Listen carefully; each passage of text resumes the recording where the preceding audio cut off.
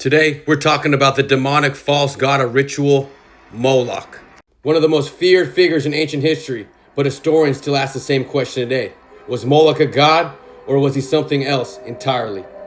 Ancient texts describe Moloch as a figure worshipped by civilizations thousands of years ago, but modern scholars discovered the word Moloch may have not originally referred to a god, but to ritual itself.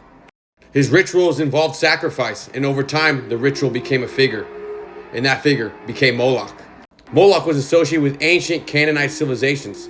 These societies believed sacrifice could bring protection, victory, survival. Temples were built, ceremonies were performed, devotion was driven by fear. Historical accounts describe rituals centered around fire, offerings were made as acts of devotion. Some ancient sources even claim children were given as sacrifices.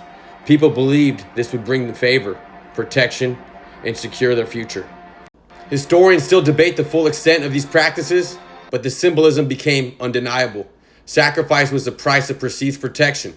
In the Bible, Moloch is described as something forbidden, a warning, not just against a false god, but against the act of sacrificing what is sacred. Over time, Moloch became more than a figure. He became a symbol, not of a statue, but of sacrifice itself.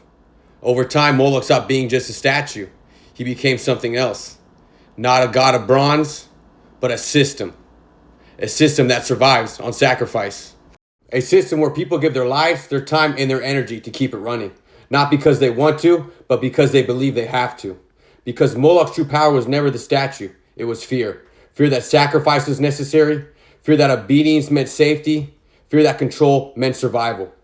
But history reveals something deeper. What you serve shapes your life. So choose wisely.